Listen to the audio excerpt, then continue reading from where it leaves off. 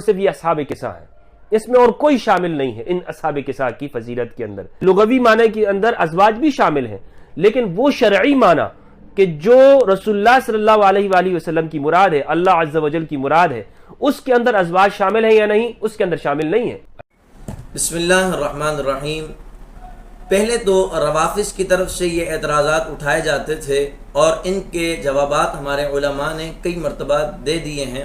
مگر آج کل اپنے نام کے آگے سنیت کا لیبل لگا کے روافض کے شعار کو بیان کرنے کی صحیح کرنے میں سر فہرست مفتی فضل ہمدرد اور ان کے ہمنوا لگے ہوئے ہیں۔ اپنے نام کے آگے سنیت کا ٹائٹل تو لگاتے ہیں، مگر تمام کے تمام نظریات جو ہیں وہ اہل تشیع کے بیان کرتے ہیں۔ انہی نظریات میں ایک نظریہ یہ ہے کہ اہل بیت میں کون کون سی ہستیاں شامل ہیں۔ روافض کا تو شروع سے اعتراض یہ رہا ہے کہ وہ یہ کہتے ہیں کہ اہل بیت میں ازواج مطہرات جو ہیں، جو قرآن اور حدیث میں آیا ہے، ان میں ازواج مطہرات شامل نہیں ہیں، بلکہ حضرت علی، حضرت فاطمہ، حضرت امام حسن حسین رضی اللہ عنہم شامل ہیں۔ لیکن اگر آپ قرآن کریم و فرقان حمید کی اس آیت مبارکہ کو بغور دیکھیں اور اس سے پہلے کا سیاق و سباق دیکھیں اور اس کے بعد کا سیاق و سباق دیکھیں تو آپ کو پتہ چلے گا کہ اس سے پہلے بھی ازواج مطہرات کا ذکر ہے اور اس کے بعد بھی جو ہے وہ ازواج مطہرات کا ذکر ہے، مگر حضور علیہ الصلاۃ والسلام کی حدیث مبارکہ کے تحت کہ جب یہ آیت مبارکہ نازل ہوئی تو حضور علیہ الصلاۃ والسلام نے حضرت علی، حضرت سیدہ فاطمہ، حضرت حسن و حسین رضی اللہ عنہم کو اپنی چادر میں لے کر کہا، اے میرے مولا یہ میرے اہل بیت ہیں۔ اب یہ کہتے ہیں کہ حضرت ام سلمہ نے عرض کیا رسول اللہ میں بھی چادر میں داخل ہو جاؤں، تو حضور نے فرمایا تم خیر پر ہو، تم اپنی جگہ صحیح ہو۔ تو وہ یہ کہتے ہیں کہ اگر حضور علیہ الصلاۃ والسلام صرف اہل بیت جو ہیں وہ ان کو بھی شامل کرتے تو حضور چادر میں لیتے، لیکن حضور نے نہیں لیا، تو اس سے پتہ چلا کہ اہل بیت جو ہیں یہی ہیں، حتیٰ کہ ایسا نہیں ہے، بلکہ یہ روافض کی اپنی ہی عقل ہے جو اس معاملات کو وہ دیکھ رہے ہیں۔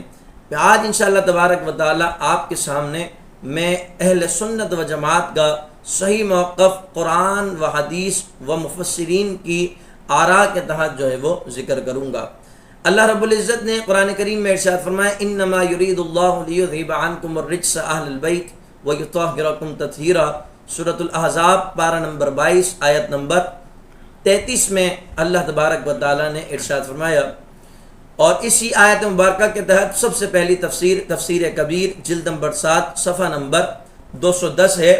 فرماتے ہیں کہ اہل بیت کی تعیین میں مختلف اقوال ہیں،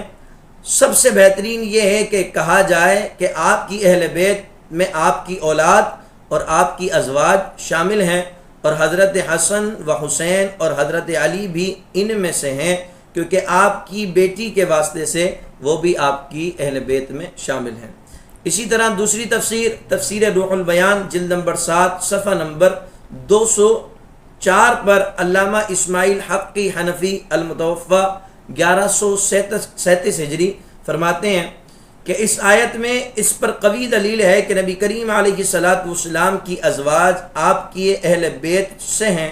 اور اس میں شیعہ کا رد ہے جو کہتے ہیں کہ اہل بیت میں صرف حضرت فاطمہ، حضرت علی اور حضرت امام حسن و حسین رضی اللہ عنہم کے ساتھ مخصوص ہے، کیونکہ ایک دن نبی سیاہ چادر لے کر آئے، پھر حضرت فاطمہ، حضرت علی، حضرت حسن حسین رضی اللہ عنہم کو اس چادر میں داخل کر کے یہ آیت مبارکہ پڑھی انما یرید اللہ لیذھب عنکم الرجس اہل البیت ویطہرکم تطہیرا۔ اس پر دلالت کرتی ہے کہ یہ حضرات اہل بیت سے ہیں، اس بات پر دلالت نہیں کرتی کہ ان کے علاوہ دیگر حضرات جو ہے وہ اہل بیت سے نہیں ہیں، اور اگر بالفرض اس کی یہ دلالت ہو بھی تو قرآن مجید کی اس نص صریح کے مقابلے میں اس روایت کا اعتبار نہیں ہوگا، کیونکہ یہ آیت مبارکہ ازواج مطہرات کے متعلق نازل ہوئی ہے۔ اور اسی طرح مفتی فضل ہمدرد جو اپنے سامنے کتاب رکھ کر جس کے اندر دیکھ کر پڑھ رہے ہیں وہ شرح صحیح مسلم ہے، اور یہ ان کے استاد محترم کی ہے علامہ غلام رسول سعیدی صاحب کی، کہ جن کے زیر سایہ یہ 2 سال رہ چکے ہیں۔ اگر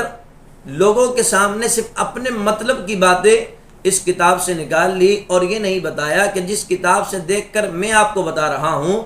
وہ میرے استاد کی لکھی ہوئی ہے اور میرے استاد کا موقف کیا ہے۔ وہ تبیان القرآن کے اندر علامہ غلام رسول سعیدی فرماتے ہیں ہمارے نزدیک اہل بیت میں نبی کے ازواج مطہرات،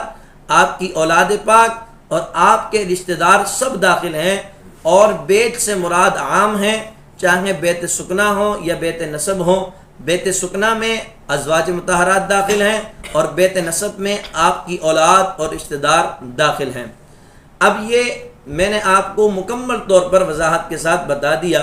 اور ہم بھی یہی کہتے ہیں کہ اس آیت مبارکہ میں جو اہل بیت ہیں اس سے مراد ازواج مطہرات ہیں، اور حضرت سیدہ فاطمہ، حضرت علی، حضرت حسن حسین رضی اللہ عنہم، اور حضور علیہ السلام کے وہ رشتہ دار جیسے کہ آل عباس، آل عقیل، یہ تمام کے تمام اہل ایمان جو ہیں حضور کی اہل بیت میں شامل ہیں۔ رافضیوں کا یہ موقف ہے کہ اہل بیت میں اولاد شامل نہیں، اور رافضیوں کا یہ موقف ہے کہ اہل بیت میں ازواج شامل نہیں۔ الحمدللہ ہم اہل توسط کا یہ انداز ہے کہ اس آیت مبارکہ سے ازواج مطہرات کی مکمل صریح دلالت ہوتی ہے، اور حدیث سے اہل بیت کی مکمل طور پر جو ہے وہ ہمیں اولاد پاک کا ثبوت ملتا ہے، اور اسی لیے ہم کہتے ہیں کہ اہل بیت میں ازواج بھی داخل ہیں اور حضور علیہ الصلوۃ والسلام کی اولاد بھی داخل ہیں۔